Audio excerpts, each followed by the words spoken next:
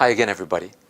In this video, I'd like to have a heart-to-heart talk with you about the kind of society we've become and how we are going to go forward as a community, as a people. And wherever you are in your home, watching this video, in your living room, on your bed, or eating your dinner, I hope you'll spend the next few minutes listening to what I'm about to tell you. And not just hearing with your ears, but really listening with your heart. Now, I'd like to start with what Mr. Chan Chun-sing said recently when in a closed-door meeting, he trashed Hong Kong about its handling of the mask issue. Now listen to this. If we issue surgical masks and give everybody surgical masks just to make them feel shock, because they say Carrie Lam wear mask, right, at the conference, right? Everybody must wear mask, right? Today you see newspaper? What is happening to Hong Kong now? What did South China Morning Post just report about Hong Kong? Huh? They are down to less than 1 month's supply of masks for their medical people. If we have done what we have done, like Hong Kong, without thinking, and ask Carrie Lam, if PM, myself, Lawrence Wong, Gan Kim Yong go to press conference, everybody wear a mask. Today, everybody panic. I can guarantee you, today, our hospital system will have broken down. Now, how things have changed in a matter of weeks. Mr. Chan's words backfired spectacularly as the number of infections in Singapore shot past Hong Kong's because we were not putting on masks and the government made some crucial missteps. He thought his party had conquered the COVID-19 spread. He started to talk big, 讲大话。有一位讲师 Donald Low 说我们不应该这么好练 cakap besar. Mr. Chan's words and his attitude are emblematic of the PAP's younger generation of ministers. They seem to be full of themselves, and their misplaced sense of superiority has engendered arrogance that is taking Singapore down a dangerous road. It is this kind of attitude that led Mr. Goh Chok Tong to say that at more than $100,000 a month, the ministers are not paid enough. He even recounted how his compatriot Edwin Tong said that in becoming a junior minister, his income had been reduced to $50,000 and that he still had a house to pay and a family including parents and in-laws to feed. You heard that right, $50,000 a month, and he was still lamenting about his salary. This is how far removed the ministers are from common folk like you and me. Now, unabashedly, the ministers keep referring to their own leadership as exceptional. It took the coronavirus to expose this boast. As of the recording of this video, we have the highest number of infections in Southeast Asia and one of the highest in the region. This crisis has shown the PAP's leadership to be very ordinary indeed. For now, however, I want to focus on this PAP mindset, a mindset which has been imposed on our society and made it a very exploitative, bullying, and even brutish one.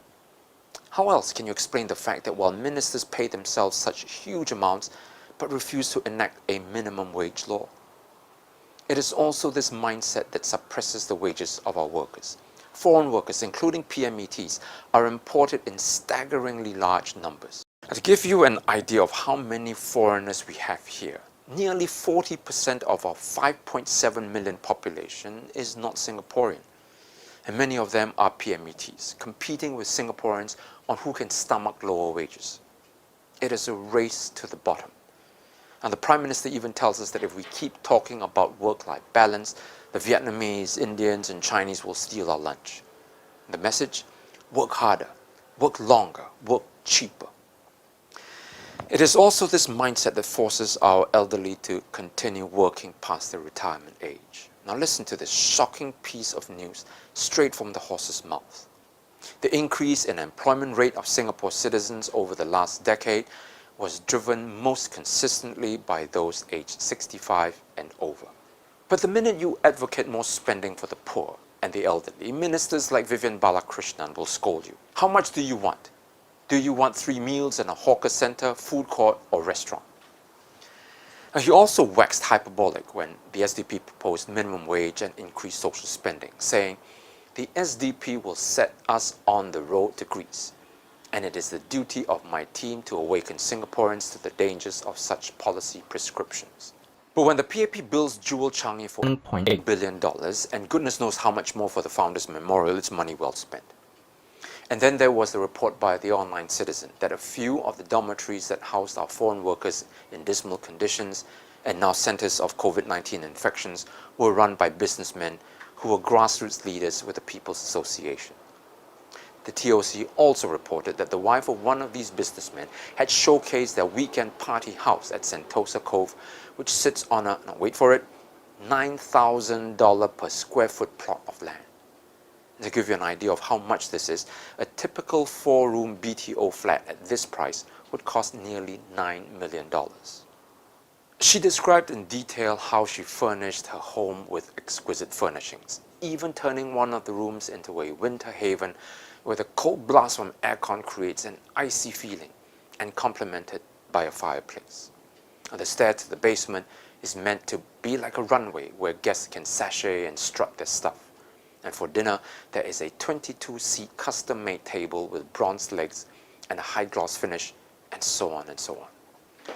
Now contrast this with these foreign workers who sleep on wooden boards and live in dorms operated by some of these business people. Is one life worth that much and another that little? And what about our own elderly and poor? This is the face of a society of bullies and brutes, not a society of compassion and conscience. What have we become, my friends? Is there no sense of right and wrong anymore? Or is the sky the limit for the rich, and for the poor there's no bottom? Is there no sense of justice anymore, no conscience, no shame, no common decency? Or must everything, like the misery of our foreign workers, be exploited for the sake of profit? My fellow Singaporeans, we worship at the altar of mammon, and I tell you that no good will come of this. Now, don't get me wrong, I understand. In an imperfect world, there can be no perfect equality. Society will always have the rich and poor. And like everyone else, I too want to get ahead and make progress in my life, enjoy material comfort and financial security. There's nothing wrong with that. But I don't want to do this standing on someone else's back. If the COVID crisis has taught us anything, it is that we are all in the same boat. And if we are all in the same boat, then the wealthy and the ruling class cannot continue to exploit the rest of society. When we take care of each other, when we advocate for higher wages for our neighbor who works as a cleaner, a bus driver, or a salesperson, we are taking care of ourselves and of our own future, because going forward, our futures are all intertwined. Compassion in Singapore has become a dirty word.